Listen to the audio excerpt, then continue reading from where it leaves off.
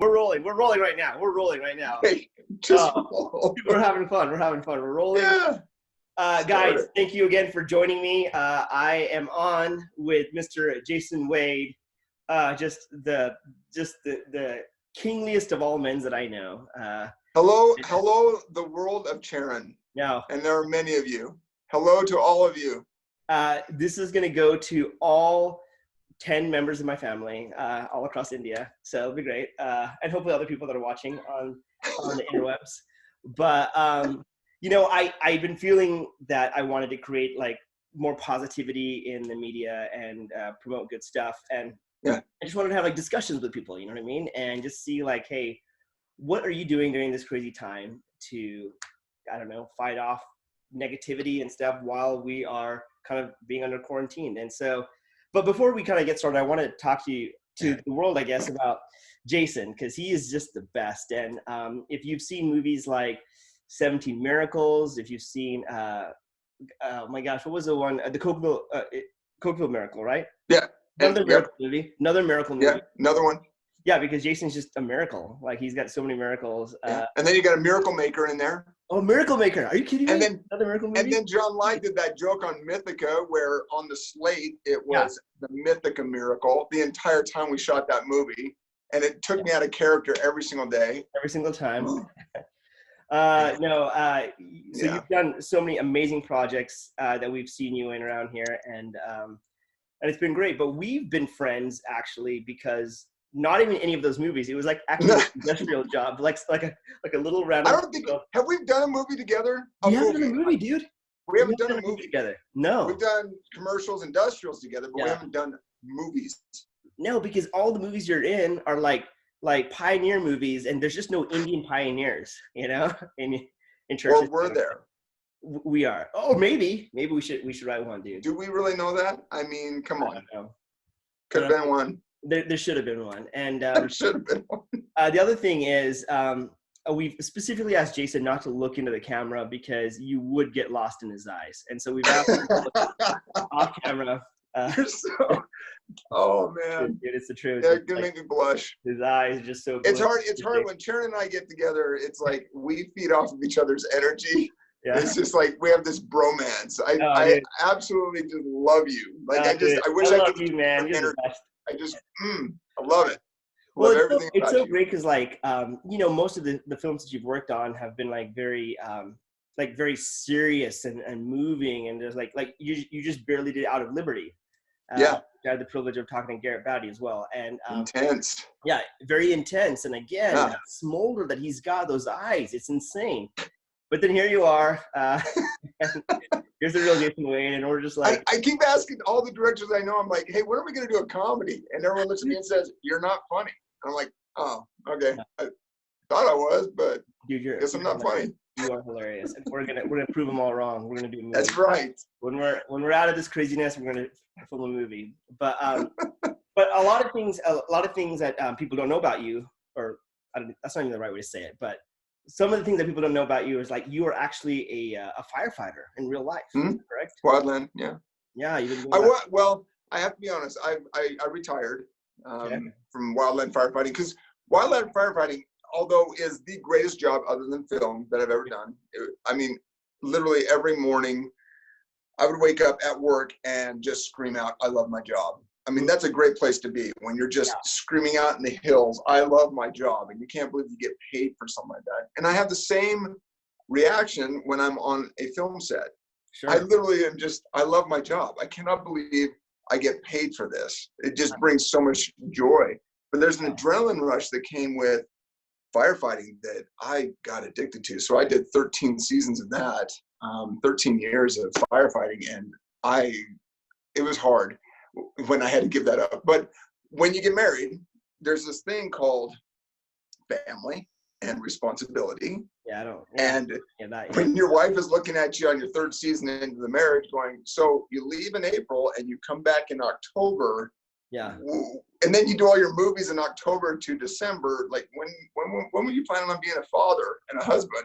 Yeah. Those kind of conversations come up and you start to take a different direction into life. So I had to give it up. Yeah. And you've had some pretty close calls, though, as a firefighter, right? A couple. You want them, though. It's the weirdest thing. It's Yeah. this little thing that happens in your brain. Like, I'm that guy. It's probably good that I retired because I'm that guy that safety is second. Like, I have a job and I know that it is inherently dangerous. Sure. And I took the job because of that. Yeah. So when safety keeps getting crammed down my throat to the point where I can't do my job and your house is going up, your cabin's going up in flames, or someone's going to get hurt, I get a little bit annoyed because that's my job. I need to be there on the front lines. Yeah. It's a little bit like I'm looking at the new heroes now. I mean, they're always heroes, but now we are recognizing finally our healthcare providers. Like, they're on the front lines. They've always been there, but for some reason now the majority of us are starting to realize, hey, you guys are real especially heroes. because now that we're in peril, we're like, oh my God, exactly, heroes, you know. So my job was kind of obsolete until your cabin was going to be, thrown up in flames, and it's like all of a sudden I'm a hero because I'm standing out there with a chainsaw or a hose or something. So, dude, you gotta tell the world. You gotta tell the world the one story you told me about saving that cabin. Because it's so intense. It was so intense. Okay, I'll do the condensed version because it's a pretty long one. Okay, yeah. Just imagine this fire coming off the desert floor and it is racing. And I don't think I'll get in trouble for using the actual location. There's a little town called Oak City. It's in the middle of Utah. Okay. It's a cute little town. Wonderful people live there, and a lot of them are in the fire community. When we heard that there was a fire that was racing off the desert floor heading for Oak City, it was like, lights on, we're going. Yeah. We get there and we're trying to drive this fire. Our only chance, this fire's built up so much, our only chance is to kind of steer it up a canyon, just get it out of the town's way, which a lot of the dozer operators and the engine operators, they all did that, and the chainsaw crews, and we were just driving this thing around.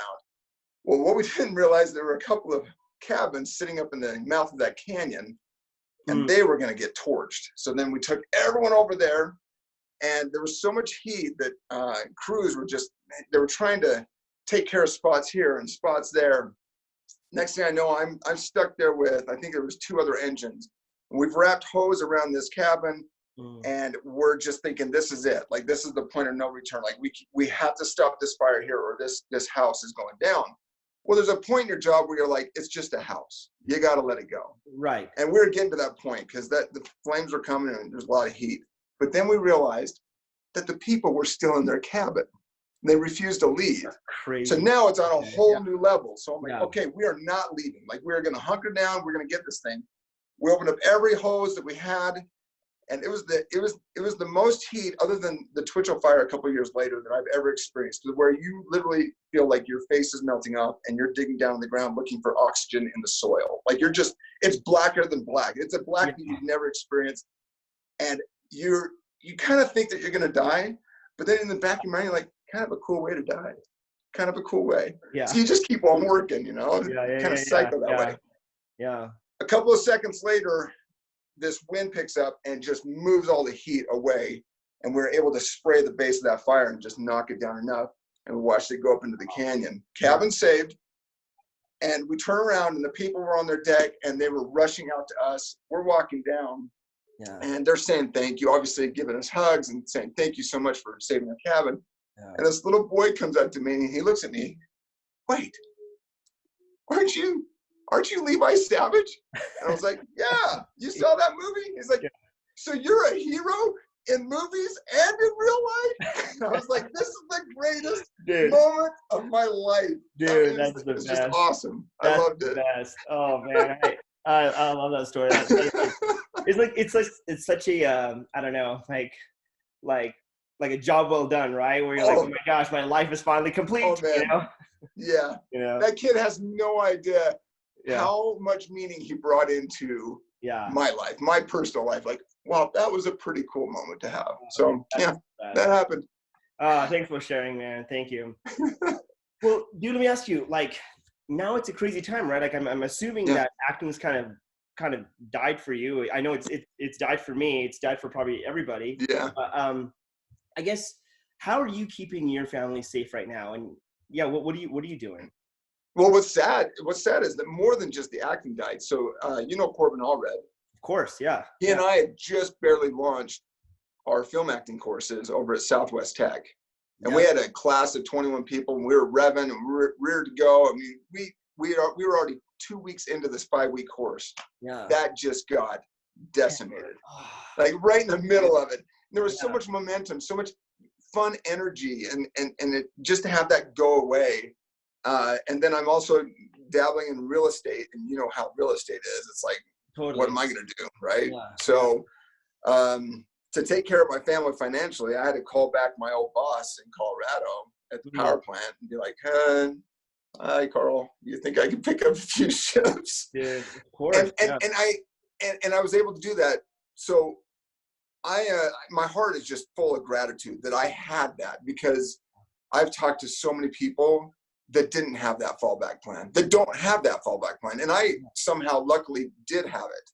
I have to drive 7 hours over to Colorado and work, but I have a job and I can keep things going. Yeah. Because power is kind of a necessity. It's considered an essential business. So we're open and we're making power, and I'm able to financially take care of my family. But then you're away from your family. You are in another state while your wife is now working desperately to keep things going. Now she's having to homeschool all the kids. Yeah.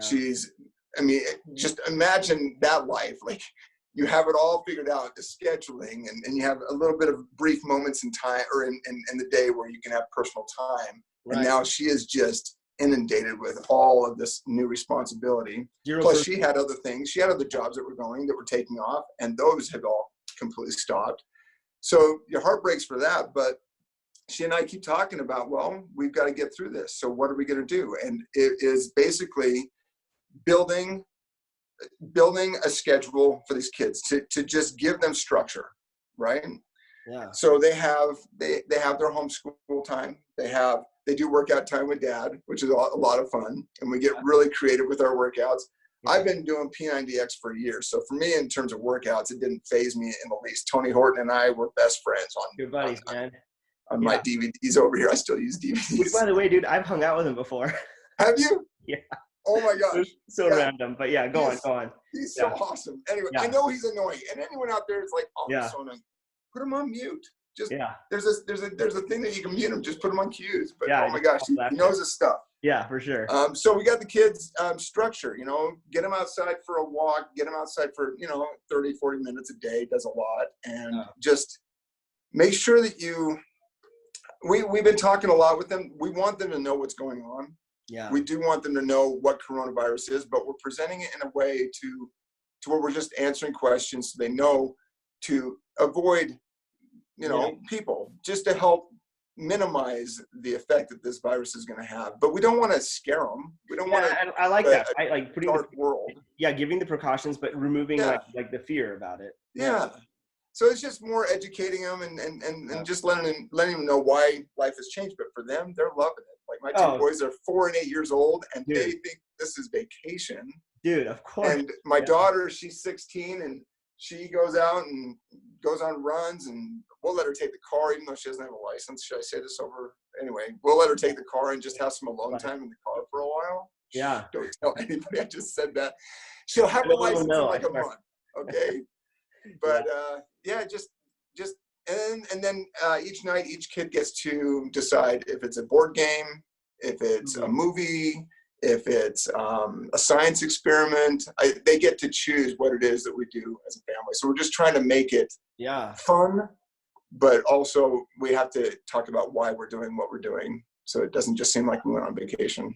Well, yeah, I mean, it's interesting. You're creating structure in a time where it seems like there's like no structure at all. And I think that's super important, because it helps people kind of, I think, adapt a little bit more. I think a lot of times people are so in their heads when things like this type of happen and they start freaking out. And I think like getting out of your head and creating a structure for them and getting like filling in with hope while at the same time discussing the precautions is like the most logical, sensible thing to do, while at the same time figuring out for yourselves, what am I going to do? You know what I mean? Right. And it's cool because, you're providing it for your kids. You have to be that for your kids, but how do you do it for yourself? Like, how do you maintain that sense of hope and gratitude when things are crazy? Here's a little bit of, I'm not endorsed by anyone, but I literally I literally, I don't know if you know Wim Hof and his breathing exercises. Dude, I've heard of it. I haven't done it, but yeah. I literally wake up in the morning. Okay. I lay right here on this floor and I go through the Wim Hof breathing exercises.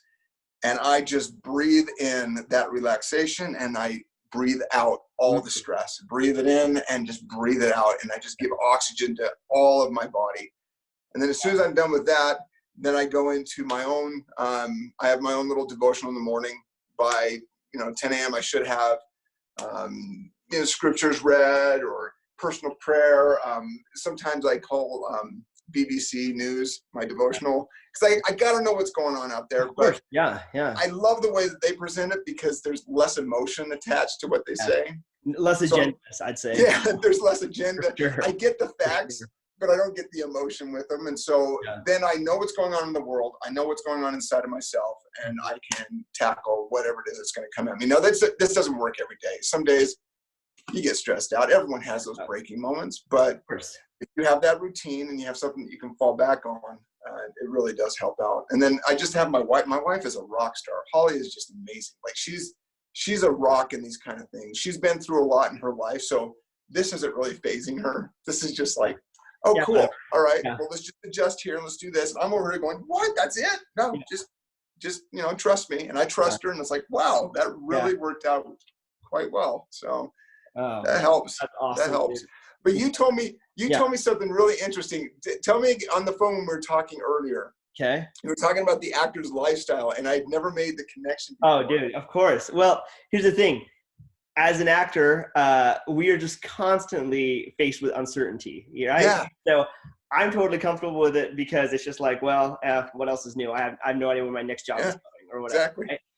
But for people that have depended and relied on like consistent source of income and consistent this and consistent that, it definitely is such a jar to their system because it's like, oh my gosh, what am I supposed to do? How am I supposed to move forward? But I love what you're saying about like the daily devotional and, you found something that works for you, and especially breathing, man, because sometimes you don't realize like, breath is life, right? And just by focusing on your breath and breathing it in and breathing it out, you're automatically centered on the present. Yes. You're centered on the present and you realize, okay, this is all there is, and you can relax and you can take some deep breaths and fill yourself up with more life.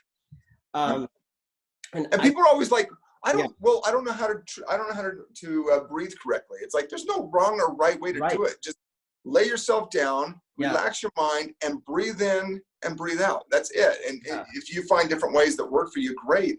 It's just finding that moment of calm, right? In the storm. Yeah. And it's interesting what the mind does at that point. Yeah. What your brain does at that point, what your organs do. Everything just kind of lines up, and you find this new energy that you didn't know was there. And then I take that energy and I go right into my morning workout, and then I go right into a project, or I go right into, let's get everyone outside, let's go on a drive, let's go walk around the pond and come back. Of course, we're trying to, at some point they're probably going to say don't go outdoors at all. Yeah, sure. But then you're going to get creative at that point and find something to fill that gap. So I don't know, just breathe. People breathe and stop buying all the toilet paper. Like, what is up with this mass hysteria? I know. Like, you are really going to go in there and take everything from other people that might need it as well. Like, that's your bad. If you didn't have any sort of storage whatsoever, like take a little bit and take care of yourself. But if you are cleaning out, entire shelves, how selfish can you be? You have elderly people out there that could die without some of these things. You've got families that are destitute that could die without some of these things, or could be harmed without these things. It's like, I don't say this because I feel like generally, I think most of the population understands what's going on and they're being really kind about it. All of our neighbors, we get notes on our door. Do you need anything? What can we do to help? And it makes your heart feel good. Humanity is intact. Yeah. And then you got a couple of dirtbags out there that are just wrecking it all for the rest of us. It's like, would you just breathe and calm down? Yeah. We're going to get through this together. Don't be so selfish. You got to just, I love just being able to relax before you make a decision, because Yeah, dude, like that extreme behavior of like stealing toilet paper. I always thought it'd be kind of a funny prank to like, instead of putting toilet paper there, just put sandpaper and see what happens. You know, just fill those vials up with sandpaper and see if people feel extreme picking it up. I love it. But Love it. one of the things that I love that you were saying about breathing as well is the idea of kind of connecting to, whether you want to say your higher power. For me, I feel like this kinship with Jesus, so I call him Jesus. Whatever it is, like just that foundation point that you start off on before you go forth and do whatever you're going to do. Yeah. I think, like, especially when things are getting crazier and crazier, if our minds get attached to those stories and they start building it up in our head, like I feel like so many people are struggling with that story in their mind. Yes. And it gets bigger and bigger and bigger and crazier and crazier and crazier. But like, just the idea of like, hey, let's just stop and breathe and just focus on your breath. Just that simple act alone, I think, can solve so many things, because yes, it's crazy out there, but you know what? You are now empowered to deal with it. So. Exactly. I love it. And I agree with it. All of it. Yeah. Isn't it interesting? One more thing. I don't want to get political, but whatever. Yeah. Tell me. But isn't it interesting that it takes a pandemic for our government to function? Yeah. Isn't it nuts? Yeah. That we have to get to this point where it's like, okay, fine, because it's a pandemic, then we're going to agree on a few things and get moving forward. It's like, why have we not been doing this the whole time? Like, I hope, I'm praying that some of our politicians see this moment and go, hey, maybe we should start acting like this in the off season. You know? In the times of no duress. It's like, but I look at it, the reason why I bring it up is because families are structured in a similar way, right? You're always going to have different points of view. You're always going to have different people in that room, and that's great. We want the diversity of opinion. Yeah. But we need, and it goes back to that whole idea of just breathing and centering yourself and showing up in kindness, because if we can get through this, we are going to get through this, right? We are. At least some of us are. Yes.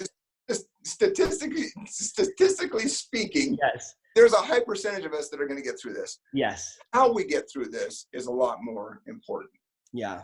Yeah. It's a lot more important. And so I've been having a lot of moments where I'm like, okay, how am I reacting? How am I reacting to this, and why? And that's been my constant question, because I do have some stresses. Everyone's got stresses. We got bills to pay.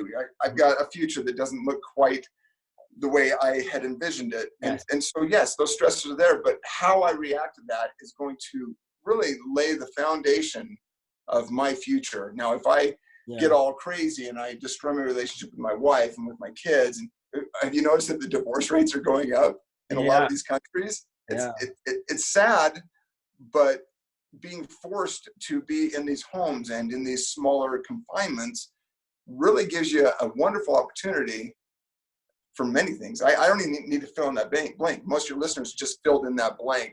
Right. Being in close proximity, like you are right there.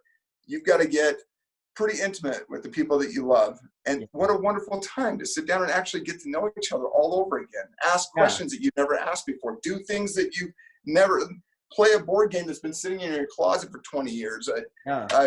Revisit old photos and videos and put together a family movie on iMovie, for whatever you want to do, but do something that can bring positivity back into your kind of chaotic world right now.